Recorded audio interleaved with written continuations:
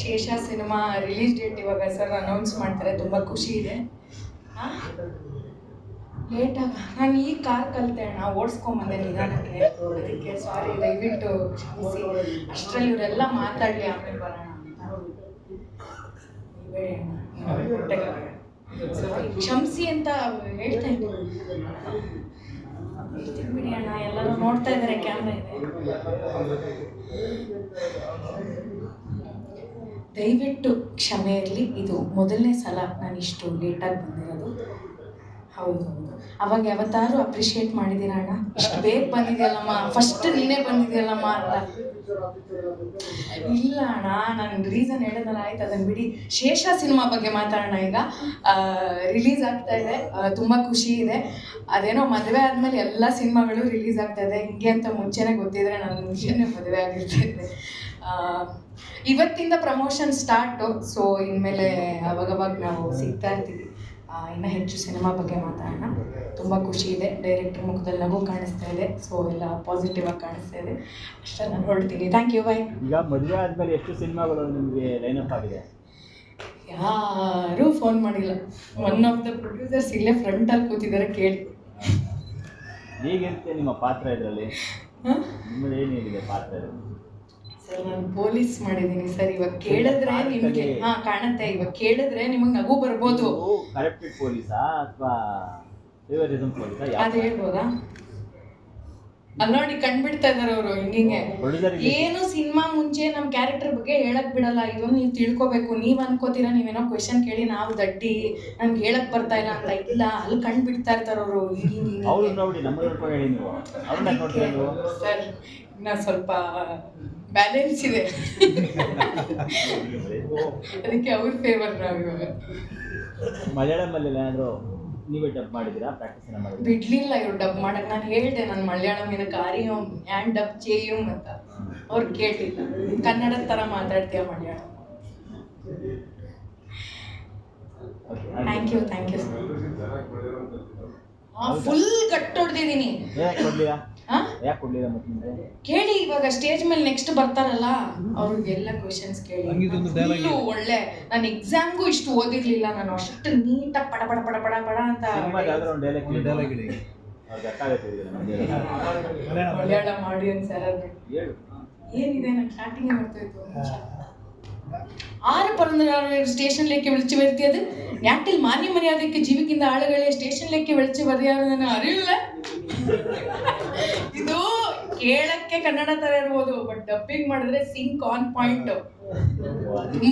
ತುಂಬಾ ದಿನ ಆಗಿದೆ ಸರ್, ಇಷ್ಟು ನೆನ್ಪಿಟ್ಟು ನಿಮ್ಗೆ ಯಾರಿಗೂ ಮಲಯಾಳಂ ಗೊತ್ತಿಲ್ಲ. ನಾನು ಎಸ್ಕೇಪ್ ಆದೆ ಸದ್ಯ.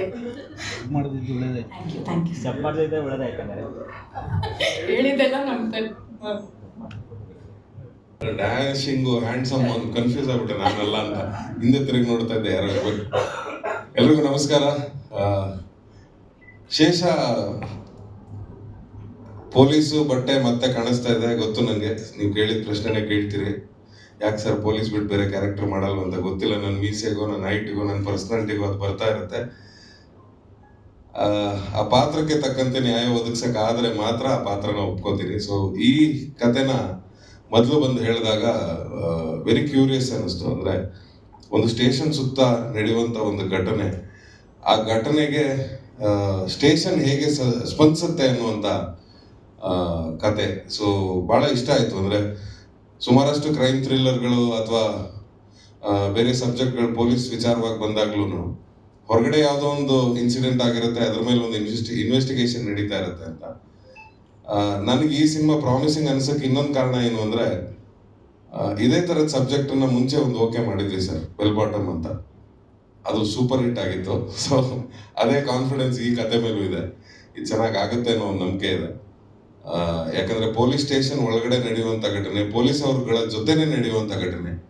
ಸೊ ಅದು ಫಸ್ಟ್ ಸ್ಟಾರ್ಟಿಂಗಲ್ಲಿ ಟೀಸರಲ್ಲಿ ಒಂದು ಅದ್ಭುತ ಲೈನ್ ಹೇಳಿದ್ರು, ಸರ್ಕಾರಿ ಶಾಲೆ ಸರಿ ಇಲ್ಲ ಅಂದರೆ ಪ್ರೈವೇಟ್ ಶಾಲೆ ಇದೆ, ಅಥವಾ ಸರ್ಕಾರಿ ಹಾಸ್ಪಿಟಲ್ ಸರಿ ಇಲ್ಲ ಅಂದರೆ ಪ್ರೈವೇಟ್ ಹಾಸ್ಪಿಟಲ್ಗಳಿದೆ, ಆದರೆ ಪೊಲೀಸ್ ಸ್ಟೇಷನ್ಗೆ ಯಾವುದೇ ಆಲ್ಟರ್ನೇಟಿವ್ ಇಲ್ಲ. ಸೊ ಪೊಲೀಸ್ ಅವ್ರು ಎಲ್ಲರೂ ಕೆಟ್ಟವರಲ್ಲ, ಎಲ್ಲರೂ ಒಳ್ಳೆಯವರಲ್ಲ ಅನ್ನೋದನ್ನ, ಅಂದರೆ ಕೆಲವ್ರು ಯಾರೋ ಮಾಡಿರೋ ತಪ್ಪಿಗೆ ಮಿಕ್ಕಿದ್ದವ್ರಿಗೆ ಎಲ್ರಿಗೂ ಕೆಟ್ಟ ಹೆಸರು ಬರುತ್ತೆ ಅನ್ನೋದು. ಸೊ ಆ ಕಾನ್ಸೆಪ್ಟ್ ಅನ್ನ ಇಟ್ಕೊಂಡು ಮಾಡಿರುವಂತ ಸಿನಿಮಾ ಇದು. ಸೊ ಒಂದು ಪಾಸಿಟಿವ್ ನೋಟ್ ಅಲ್ಲಿ ನಮ್ಗಳಿಗೋಸ್ಕರ ಹಗಲು ರಾತ್ರಿ ಶ್ರಮಿಸ್ತಾ ಇರುವಂತ ಪೊಲೀಸರಿಗೆ ಸಣ್ಣ ಒಂದು ಡೆಡಿಕೇಶನ್ ಕೊಡುವಂತ ಪ್ರಯತ್ನ ಈ ಸಿನಿಮಾದ ಮೂಲಕ. ಸೊ ಒಳ್ಳೇದಾಗ್ಲಿ ಡೈರೆಕ್ಟರ್ಗೆ, ಪ್ರೊಡ್ಯೂಸರ್ಗೆ, ಎಲ್ಲರಿಗೂ.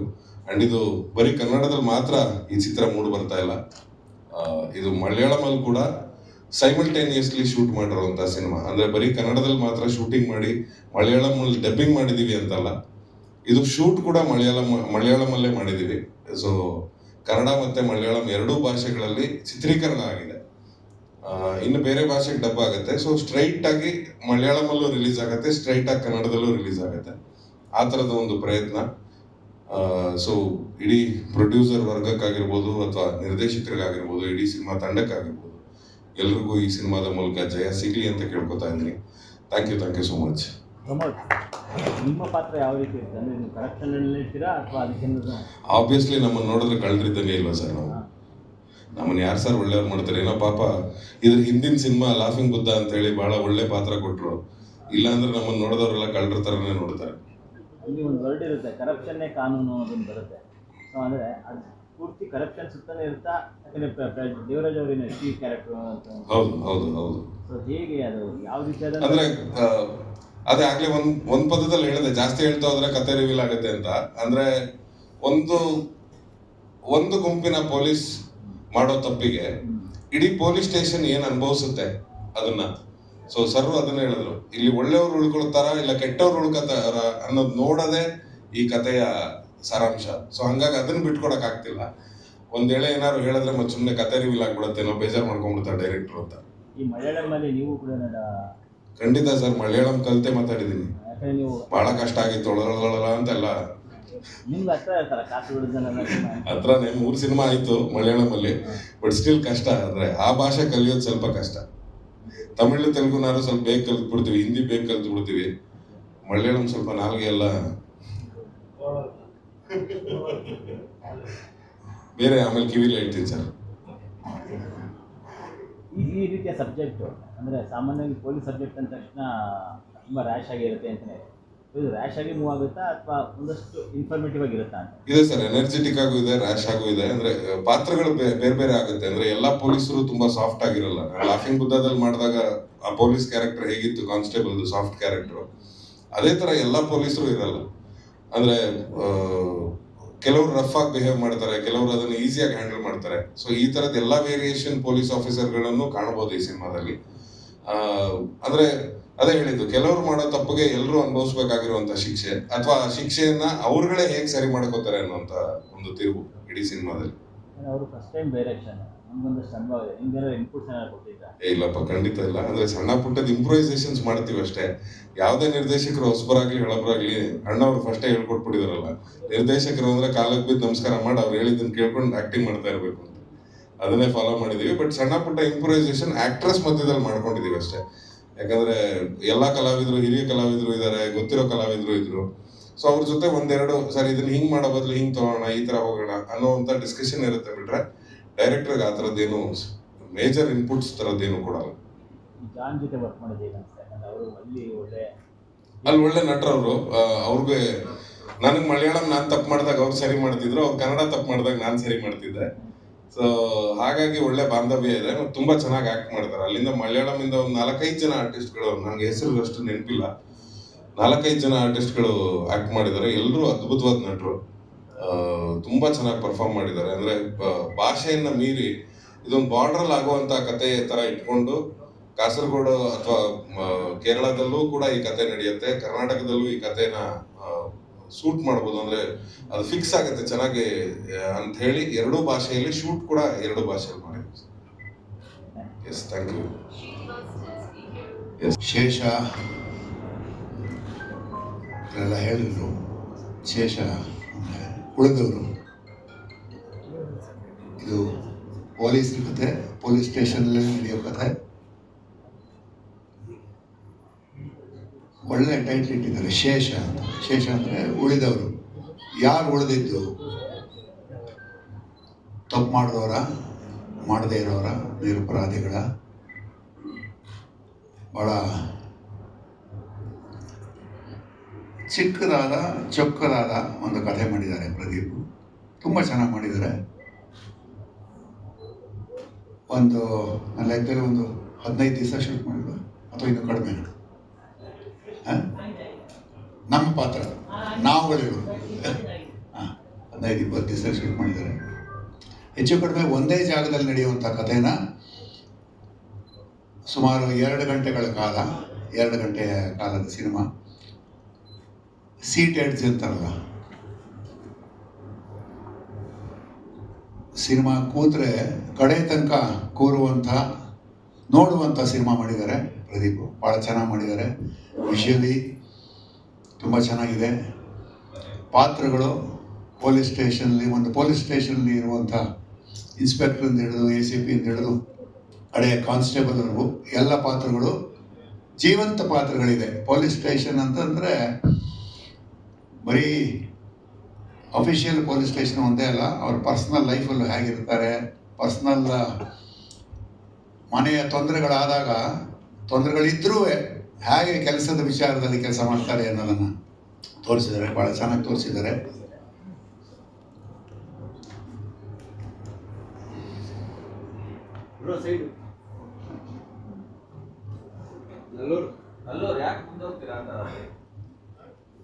ಹಲೋ ಸರ್, ನಮಸ್ಕಾರ.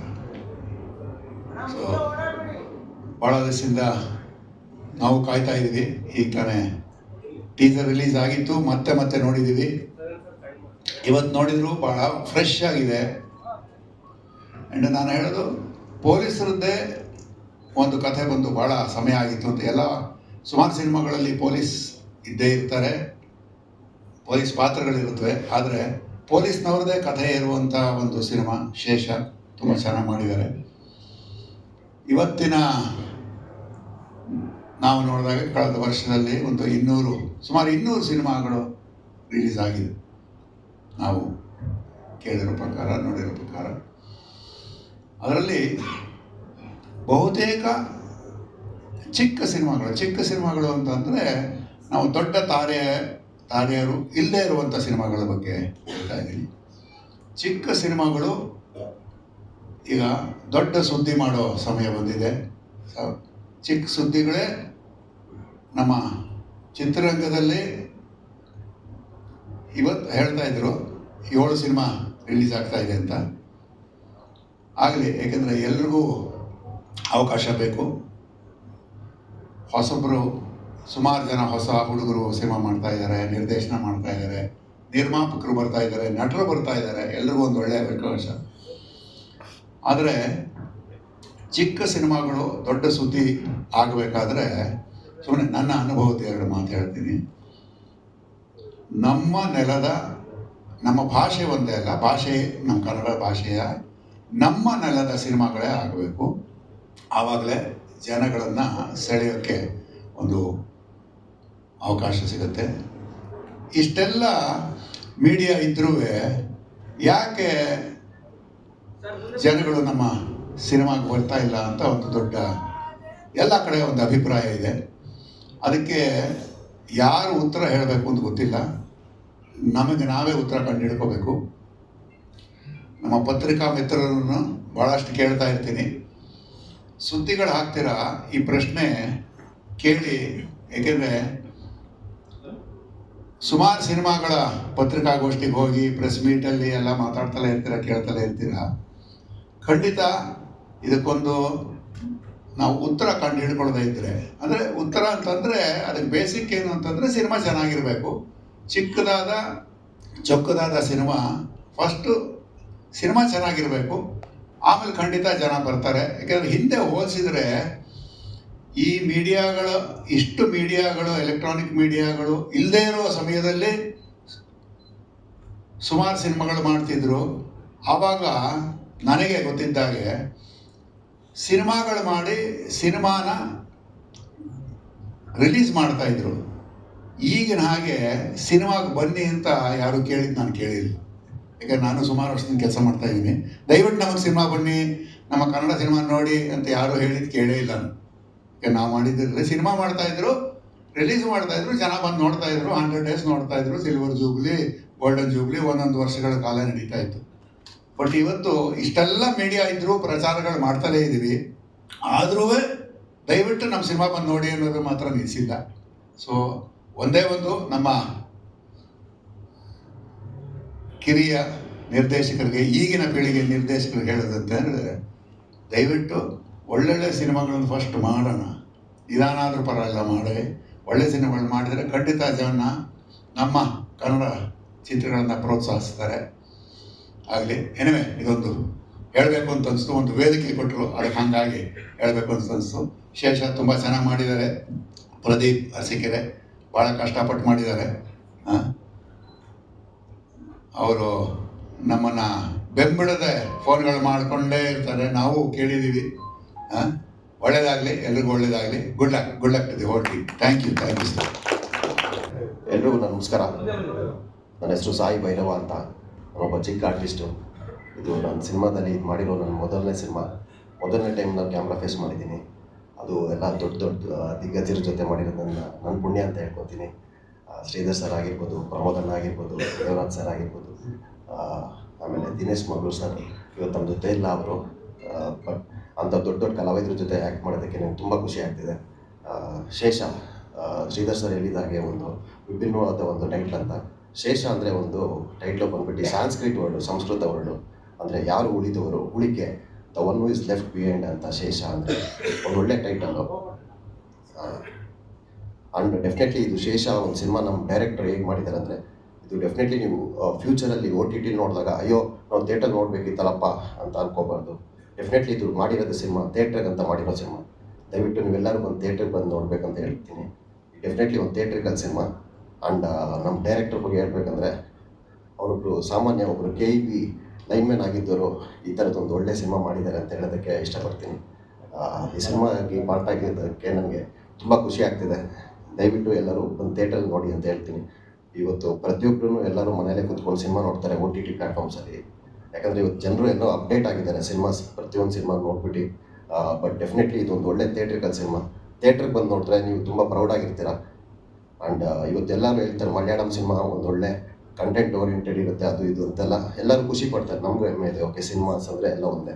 ಬಟ್ ಆದರೂ ಇವತ್ತು ನಾವು ಕನ್ನಡದವ್ರು ಆಗ್ಬಿಟ್ಟು ಒಂದು ಒಳ್ಳೆ ಮಲಯಾಳಂ ಸಿನಿಮಾನೂ ಮಾಡಿದ್ದೀವಿ, ಕನ್ನಡ ಸಿನಿಮಾನೂ ಮಾಡಿದ್ದೀವಿ. ಡೆಫಿನೆಟ್ಲಿ ಇದು ಕನ್ನಡದಲ್ಲೂ ಸ್ಟ್ರೈಟ್ ಶೂಟ್ ಮಾಡಿದ್ದೀವಿ, ಆ್ಯಂಡ್ ಮಲಯಾಳಮಲ್ಲೂ ಸ್ಟ್ರೈಟ್ ಶೂಟ್ ಮಾಡಿದ್ವಿ. ಪ್ರಭೋದಣ್ಣ ಹೇಳ್ದಂಗೆ ಅವರೆಲ್ಲ ಡೈಲಾಗ್ ಹೇಗೆ ತೊಗೊಂಡರು ಅಂದರೆ ಎಲ್ಲ ಸಿಂಗಲ್ ಟೇಕಲ್ಲಿ ತೊಗೊಂಡರು. ಆಲ್ಮೋಸ್ಟ್ ಮಲಯಾಳಂ ಡೈಲಾಗ್ಸ್ನೆಲ್ಲ ಆಲ್ಮೋಸ್ಟ್ ಸಿಂಗಲ್ ಟೇಕಲ್ಲಿ ತೊಗೊಂಡವರು. ಅದು ಚಿಕ್ಕ ಡೈಲಾಗ್ ಅಲ್ಲ, ತುಂಬ ದೊಡ್ಡ ಡೈಲಾಗ್ಸ್ನ ತುಂಬ ಚೆನ್ನಾಗಿ ತೊಗೊಂಡರು. ಶ್ರೀಧರ್ ಸರ್ ಆಗಿರ್ಬೋದು, ಪ್ರಮೋದಣ್ಣ ತುಂಬ ಒಂಥರ ಫ್ಲೂಯೆನ್ಸಿ ಇರೋ ಥರನೇ ಪರ್ಫೆಕ್ಟಾಗಿ ತೊಗೊಂಡರು ಮಲಯಾಳಂ ಡೈಲಾಗ್ಸ್ನೆಲ್ಲ. ಬಟ್ ಮಲಯಾಳಂ ಅವ್ರು ನಮ್ಮ ಕನ್ನಡ ಅವ್ರಿಗೆ ತುಂಬ ಕಷ್ಟ ಆಗ್ತಿತ್ತು. ನಮ್ಮ ಕನ್ನಡ ಇಂಡಸ್ಟ್ರಿ ಆರ್ಟಿಸ್ಟ್ಗಳನ್ನ ನೋಡಿ ತುಂಬ ಖುಷಿ ಆಯಿತು. ಹತ್ತಿರದಿಂದ ಅಷ್ಟು ಪರ್ಫಾರ್ಮೆನ್ಸು ಕಣ್ಣಾರೆ ನೋಡಿ ತುಂಬ ಖುಷಿ ಆಯಿತು. ಪ್ರಮೋದಣ್ಣ ಕೇಳ್ತಿದ್ದೆ, ಅಣ್ಣ ಹೇಗಣ್ಣ ಈ ಥರ ಎಷ್ಟು ಅಂದರೆ ಅವರು ಅಷ್ಟು ಕಾನ್ಫಿಡೆನ್ಸಾಗೆ ಫ್ಲೂಯೆಂಟಾಗಿ ಕಂಪ್ಲೀಟ್ ಸ್ಟ್ರೈಟ್ ಮಲಯಾಳಂ ಮಾತಾಡೋ ಥರನೇ ಮಾತಾಡೋರು ಅವರು. ಡೆಫಿನೆಟ್ಲಿ ಈ ಸಿನಿಮಾ ನೋಡಿದ್ರೆ ನೀವು ಎಲ್ಲರೂ ಖುಷಿ ಪಡ್ತೀರಾ. ಆ್ಯಂಡ್ ಡೆಫಿನೆಟ್ಲಿ ಇದು Kannada Malayalam cinema straight shoot ಮಾಡಿದ್ವಿ. ಯಾಕಂದರೆ ಇವತ್ತು ಕನ್ನಡ ಯೂನಿಫಾರ್ಮ್ ಬೇರೆ ಇದೆ ಇಂಡಸ್ಟ್ರಿದು, ನಮ್ಮದು ಡಿಪಾರ್ಟ್ಮೆಂಟ್ದು, ಆ್ಯಂಡ್ ಮಲಯಾಳಂ ಡಿಪಾರ್ಟ್ಮೆಂಟು ಬೇರೆ ಯೂನಿಫಾರ್ಮ್ ಇದೆ. ಸೊ ಹಂಗಾಗಿ ಪ್ರತಿಯೊಂದು ಸೀನೂ ಡ್ಯೂಲ್ ಎರಡು ಸತಿ ಶೂಟ್ ಮಾಡ್ತಿದ್ವಿ. ಆ್ಯಂಡ್ ಶ್ರೀಧರ್ ಸರ್ ಅಂತೂ ಪ್ರತಿನಿತ್ಯ ನಮ್ಮ ಡೈರೆಕ್ಟರ್ಗೆ ಹೇಳ್ತಾನೆ ಇರೋರು, ದಿನಕ್ಕೆ ಆಲ್ಮೋಸ್ಟ್ ಒಂದು 20-25 ಸತಿ ಮೇಲ್ ಯೂನಿಫಾರ್ಮ್ ಚೇಂಜ್ ಮಾಡೋರು ಅವರು. ಡೆಫಿನೆಟ್ಲಿ ಇದೊಂದು ಒಳ್ಳೆ ಸಿನಿಮಾ. ನೀವೆಲ್ಲರೂ ಬಂದು ಥಿಯೇಟರ್ ನೋಡಿದ್ರೆ ಎಲ್ಲರೂ ಖುಷಿ, ಖಂಡಿತವಾಗ್ಲೂ ಹೆಮ್ಮೆ ಆಗುತ್ತೆ. ಒಂದು ಕನ್ನಡದಲ್ಲಿ ಈ ಥರದ್ದೊಂದು ಒಳ್ಳೆ ಸಿನಿಮಾ ಬಂದಿದೆ ಅಂತ ಪ್ರತಿಯೊಬ್ಬರು ಹೇಳ್ತಾರೆ. ನಮ್ಮ ಕನ್ನಡದಲ್ಲಿ ನಮ್ಮ ಸಿನಿಮಾ ತುಂಬ ಚೆನ್ನಾಗಿದೆ ಅಂತ. ಡೆಫಿನೆಟ್ಲಿ ಬಂದು ನಮ್ಮ ಪ್ರಾಮಿಸಿಂಗಾಗಿ ನೀವು ಬಂದು ನಮ್ಮ ಸಿನಿಮಾ ನೋಡಿದ್ರೆ ಎಲ್ಲರೂ ಖುಷಿಯಿಂದ ಡೆಫಿನೆಟ್ಲಿ ನೀವು ಪ್ರೌಡ್ ಫೀಲ್ ಅಂತೂ ಆಗೋದಂತೂ ಗ್ಯಾರಂಟಿ. ಫ್ಯೂಚರಲ್ಲಿ ನೀವು OTT ಪ್ಲ್ಯಾಟ್ಫಾರ್ಮಲ್ಲಿ ಮಲಯಾಳಂ ಸಿನಿಮಾ ಇಟ್ಟಾದ್ಮೇಲೆ ಇದು ನಮ್ಮ ಕನ್ನಡ ಸಿನಿಮಾ ಅಂತ ಗೊತ್ತಾಗೋಕ್ಕಿಂತ ಮುಂಚೆ ನಮ್ಮ ಕನ್ನಡದವರು ದಯವಿಟ್ಟು ಇದು ನಮ್ಮ ಕನ್ನಡ ಸಿನಿಮಾ, ನಮ್ಮ ಕನ್ನಡ ಡೈರೆಕ್ಟರು ನಮ್ಮ ಕನ್ನಡ ಡೈರೆಕ್ಟರ್ ಆಗ್ಬಿಟ್ಟು ಮಲಯಾಳಂ ಸಿನಿಮಾ ಮಾಡಿದ್ದಾರೆ ಅಂತ ಹೇಳ್ಬಿಟ್ಟು ಪ್ರತಿಯೊಬ್ಬರು ಹೆಮ್ಮೆ ಫೀಲ್ ಆಗೋದಂತೂ ಗ್ಯಾರಂಟಿ. ತುಂಬ ಥ್ಯಾಂಕ್ಸ್ ಇಷ್ಟೊತ್ತು ನನ್ನ ಮಾತನ್ನ ಹೇಳಿದ್ದಕ್ಕೆ. ಮಾಧ್ಯಮ ಮಿತ್ರರಿಗೆ ನಾನು ತುಂಬ ಧನ್ಯವಾದಗಳು. ಯಾಕಂದರೆ ನಾವು ಅಷ್ಟು ದಿನ ಕಷ್ಟಪಟ್ಟು ಶೂಟಿಂಗ್ ಮಾಡೋದನ್ನೆಲ್ಲ ನೀವೇ ನಮಗೆ ಒಂಥರ ಮಿರರ್ ಥರ ನೀವೇ ಪೋರ್ಟ್ರೇ ಮಾಡೋದು, ತೋರಿಸೋದು. ಮುಂಚೆ ಎಲ್ಲ ನ್ಯೂಸ್ ಪೇಪರ್ ಓದೋರು, ಇವಾಗ ಜನರೆಲ್ಲ ಕಂಪ್ಲೀಟ್ಲಿ ಮೀಡಿಯಾ ಮೊಬೈಲಲ್ಲೇ ಇವತ್ತು ಎಲ್ಲ ನ್ಯೂಸ್ ಸಿಗುತ್ತೆ. ಸೊ ಇದೆಲ್ಲ ನೀವು ಇನ್ಫಾರ್ಮೇಷನ್ಸು ಅಥವಾ ಒಂದು ತಲುಪಿಸೋದೇ ನಿಮ್ಮದು ಜವಾಬ್ದಾರಿ ಆಗಿದೆ.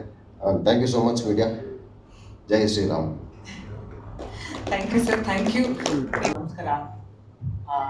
Mainly press media, print media, digital media and ಹಾಗೆ ಸೋಷಿಯಲ್ ಮೀಡಿಯಾ ಎಲ್ರಿಗೂ ವೆಲ್ಕಮ್ ಹೇಳ್ತೀವಿ. ಬನ್ನಿ ಅರ್ಚನಾ ಬನ್ನಿ. ಆ್ಯಂಡ್ ಅಗೈನ್ ಸ್ಪೆಷಲಿ ಬಂದು ಪ್ರೊಡ್ಯೂಸರಿಗೆ ನಾನು ತುಂಬ ಥ್ಯಾಂಕ್ಸ್ ಹೇಳಬೇಕು. ಯಾಕೆಂದರೆ ಒಂದು ಸಿನಿಮಾ ಆಗಬೇಕು ಅಂದರೆ ಪ್ರೊಡ್ಯೂಸರೇ ಮೇಯ್ನು ಬೇಸ್ಮೆಂಟ್ ಪಿಲ್ಲರು. ಅವರಿಲ್ಲದೆ ಏನೂ ಆಗಲ್ಲ. ನಾವು ಎಷ್ಟೇ ಕತೆ ಬರ್ಕೊಂಡಿರ್ಬೋದು, ಬಟ್ ಏನೇ ಮಾಡಿರ್ಬೋದು, but end of the day producer. ಹಾಗಾಗಿ ಪ್ರೊಡ್ಯೂಸರಿಗೆ, ಉಮೇಶ್ ಸರಿಗೆ ಒಂದು ದೊಡ್ಡ ಥ್ಯಾಂಕ್ಸ್ ಹೇಳ್ತೀನಿ. ಆ್ಯಂಡ್ ಅಗೇನ್ ನಮ್ಮ ಆರ್ಟಿಸ್ಟಿಗೆ, ಇವನ್ ಪ್ರಮೋದ್ ಸರ್ ಆಗಿರ್ಬೋದು, ಆ್ಯಂಡ್ ನಮ್ಮ ಶ್ರೀಧರ್ ಸರ್ ಆಗಿರ್ಬೋದು, ಆಮೇಲೆ ಅರ್ಚನಾ ಮೇಡಮ್ ಆಗಿರ್ಬೋದು, ಆಮೇಲೆ ಮಲಯಾಳಂ ಆರ್ಟ್ ಆಗಿರ್ಬೋದು, ಎಲ್ಲರೂ ನಮಗೆ ತುಂಬ ಡೇಟ್ ಎಕ್ಸ್ಟೆಂಡ್ ಆದ್ರೂ ತುಂಬ ಸಪೋರ್ಟ್ ಮಾಡಿ, night and day double cost triple cost ಆದ್ರೂ ನಮಗೆ ತುಂಬ ಸಪೋರ್ಟ್ ಮಾಡಿ ಇಲ್ಲಿವರೆಗೂ ತೊಗೊಬಂದಿದ್ದಾರೆ. ಹಾಗಾಗಿ ಆರ್ಟಿಸ್ಟಿಗೆಲ್ಲ ತುಂಬ ಥ್ಯಾಂಕ್ಸ್ ಹೇಳ್ತೇನೆ. ಆ್ಯಂಡ್ ಅಗೇನ್ ಟೆಕ್ನಿಷಿಯನ್ನು, ಇವನ್ ನಮ್ಮ DOP ಆಗಿರ್ಬೋದು, ನಮ್ಮ ಮ್ಯೂಸಿಕ್ ಆಗಿರ್ಬೋದು, ಎಡಿಟರ್ ಆಗಿರ್ಬೋದು, ನನ್ನ ಡೈರೆಕ್ಷನ್ ಟೀಮ್ ಆಗಿರ್ಬೋದು, ಆಮೇಲೆ ನಮ್ಮ ರೈಟಿಂಗ್ ಟೀಮ್ ಆಗಿರ್ಬೋದು, ಎಲ್ಲರೂ ಶ್ರಮ ಈ ಸಿನಿಮಾದಲ್ಲಿದೆ. ಹಾಗಾಗಿ ಒಂದು ಉತ್ತಮವಾದ ಸಿನಿಮಾ ಅಂತ ನಾನು ಹೇಳಬಲ್ಲೆ. ಆ್ಯಂಡ್ ಅಗೈನ್ ಮತ್ತು ತುಂಬ ಇನ್ನೊಂದು ಸ್ಪೆಷಲ್ ಥ್ಯಾಂಕ್ಸ್ ಹೇಳಬೇಕು ಅಂದರೆ ನಮ್ಮ ಪ್ರಸಾದ್ ಬ್ರೋ ಆ್ಯಂಡ್ ಅಗೈನ್ ಬಂದು ನಮ್ಮ ರಾಜೀವ್ ಸರು. ಆ್ಯಕ್ಚುಲಿ ನಾವು ಈ ಸ್ಟೇಜಲ್ಲಿ ನಿಂತ್ಕೊಂಡಿರೋದಕ್ಕೆ ಒಂದು ಮೇನ್ ಒಂದು ರೀಸನ್ನು ಬಂದು actually Rajiv sir and again Prasad bro. ತುಂಬ ಒಂದು ಅವರಿಗೆ ದೊಡ್ಡ ಒಂದು ಥ್ಯಾಂಕ್ಸ್ ಹೇಳ್ತೀನಿ ಸರ್. ಇದು ಹಿಂಗೆ ಕಂಟಿನ್ಯೂ ಆಗಲಿ ಅನ್ನೋದು ನನ್ನೊಂದು ರಿಕ್ವೆಸ್ಟು ಸರ್. ಆ್ಯಂಡ್ ಅಗೈನ್ ನಮ್ಮ Ganesh sir, ACP sir Ganesh ಸರಿಗೆ, ಅವರಿಗೆ ನಮಗೆ ಇಲ್ಲಿ ನಾವು ಹೋಗಿ ಇನ್ವೈಟ್ ಮಾಡಿದ್ದಕ್ಕೆ ಅವರು ಬ್ಯುಸಿ ಸ್ಕೆಡ್ಯೂಲೆಲ್ಲ ಬಿಟ್ಟು ನಮಗೆ ಇಲ್ಲಿಗೆ ಬಂದಿದ್ದಾರೆ. ನಿಮಗೂ ಒಂದು ದೊಡ್ಡ ಥ್ಯಾಂಕ್ಸ್ ಸರ್. ಖಂಡಿತ ಇದೊಂದು ಒಳ್ಳೆಯ ಸಿನಿಮಾ ಅಂತ 100% ನಾನು ನಿಮಗೆ ಪ್ರಾಮಿಸ್ ಮಾಡ್ತೀನಿ. ನೀವು ಟೀಸರ್ ನೋಡಿದರೆ ಗೊತ್ತಾಗುತ್ತೆ ನಿಮಗೆ ಹೇಗೆ ಇದು ಯಾವ ಥರ, ಯಾವ ಥೀಮ್ ಸಿನಿಮಾ, ಯಾವ ಕಂಟೆಂಟ್ ಸಿನಿಮಾ ಅಂತ. ಹಾಗಾಗಿ ಖಂಡಿತ ಒಂದೊಳ್ಳೆ ಸಿನಿಮಾ ಮಾಡಿದ್ದೇನೆ ಅನ್ನೋ ಒಂದು ಕಾನ್ಫಿಡೆನ್ಸ್ ಹೇಗಿದೆ. 2016 ಇಸ್ವಿ ಇರೋದಕ್ಕೆ ಕಾರಣ ಏನು ಸರ್? ಇದು ಬಂದು 2016ರಲ್ಲಿ ಟ್ರಾವೆಲ್ ಆಗೋ ಒಂದು ಕತೆ ಸರ್. ಇದು ಅಂದರೆ ಇನ್ಸಿಡೆಂಟ್ ಏನು ನಡೆದಿತ್ತಾ ಯಾವ್ದಾರು? ಸರ್ ಇನ್ಸಿಡೆಂಟ್ ಅನ್ನೋ ಥರ ಏನು ಮೇಜರ್ ಇನ್ಸಿಡೆಂಟ್ ಇಲ್ಲ. ಈ ಸಣ್ಣ ಪುಟ್ಟ ಇನ್ಸಿಡೆಂಟ್ ಎಲ್ಲ ಗ್ಯಾದರ್ ಮಾಡಿ ಸಿನಿಮಾ ಆಗಿದೆ ಸರ್. 2016 ಅಂತ ಏನಕ್ಕೆ ಮಾಡಿದ್ದೀವಿ ಅಂದರೆ ಅದಕ್ಕೊಂದು ರೀಸನ್ ಇದೆ ಸರ್. ಈಗ ಪ್ರೆಸೆಂಟು ಬಂದರೆ ಈಗ ಒಂದು ಸ್ಟೇಷನಲ್ಲೂ CCTV ಕ್ಯಾಮ್ರಾಗಳಿದೆ, ಎಲ್ಲ ಇದೆ. ಹಾಗಾಗಿ ಬಿಫೋರ್ ಯಾವುದೇ CCTV ಕ್ಯಾಮ್ರಾ ಇರಲಿಲ್ಲ. ನಮಗೆ ಒಂದು ಕತೆಗೆ ಒಂದು ಆಕ್ಟ್ ಆಗಬೇಕಾಗಿತ್ತು. ಆ ಒಂದು ರೀಸನ್ಗೋಸ್ಕರ 2016 ಅಂತ ಮಾಡಿದ್ವಿ ಸರ್. ಈ ಕೇರಳ ಮತ್ತು ಕರ್ನಾಟಕ ಎರಡೂ ಭಾಗಕ್ಕೆ ಮಾಡೋ ಉದ್ದೇಶ ಸರ್, ಇದು ಕತೆ ಟ್ರಾವೆಲ್ ಆಗೋದು ಬಂದು ನಮಗೆ ಕಾಸರಗೋಡು ಪುತ್ತೂರು ಬಾರ್ಡ್ರಲ್ಲಿ ಕತೆ ಟ್ರಾವೆಲ್ ಆಗುತ್ತೆ.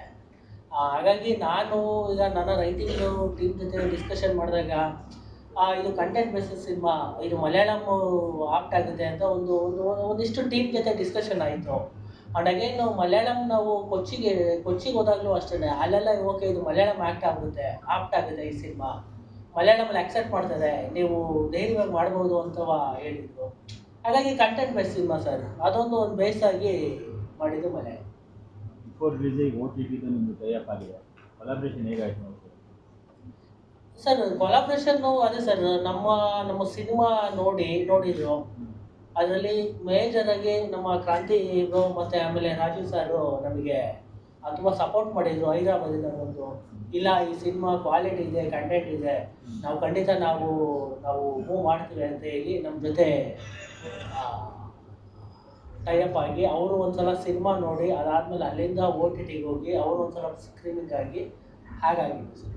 ಯಾವುದು OTT ಪ್ಲ್ಯಾಟ್ಫಾರ್ಮ್ ಸರ್ ಹೇಳ್ತೀವಿ ಸರ್, ರಿವೀಲ್ ಆಗಿದೆ ಸರ್. ಇನ್ನೊಂದು 1 ಮಿನಿಟ್ 2 ಮಿನಿಟ್ಸ್, ಒಂದು 5 ಮಿನಿಟ್ಸಲ್ಲಿ ರಿವೀಲ್ ಆಗಿದೆ. ಈಗ ರಿಲೀಸಿಗೆ ಪ್ಲ್ಯಾನ್ ಯಾವಾಗಿದೆ ಸರ್? ಇನ್ನೇನು ರಿಲೀಸ್ ಪ್ಲಾನ್ ಮತ್ತು OTT ಯಾವಾಗ ಅನ್ನೋದು ರಿವೀಲ್ ಆಗಿದೆ ಸರ್. ಹೀರೋ ಬಂದಿಲ್ವಾ ಸರ್? ಮೇನ್ ಹೀರೋ ಬಂದಿಲ್ವಾ? ಹೀರೋ ಬಂದಿಲ್ಲ, ಜಾನ್ ಅವ್ರು ಬಂದಿಲ್ಲ ಸರ್? ಇಲ್ಲ ಸರ್, ಅವ್ರದ್ದು ಶೆಡ್ಯೂಲಲ್ಲಿ ಎಲ್ಲೋ ಬೇರೆ ಶೂಟಿಂಗಲ್ಲಿ ಇದ್ದಾರೆ. ಹಾಗಾಗಿ ನಮಗೆ ಆಗಿಲ್ಲ ಸರ್. ಬಿಫೋರೇ ಅವರು ಯಾವುದೋ ಶೆಡ್ಯೂಲ್ ಕಂಟಿನ್ಯೂ ಆಗಿದೆ. ಆ್ಯಕ್ಚುಲಿ ಇಲ್ಲ ಸರ್, ಇಂಡಿಯಾದಲ್ಲಿಲ್ಲ, ದುಬೈಲಿದ್ದಾರೆ ಅವ್ರು ಶೂಟಲ್ಲಿ. Okay sir, okay.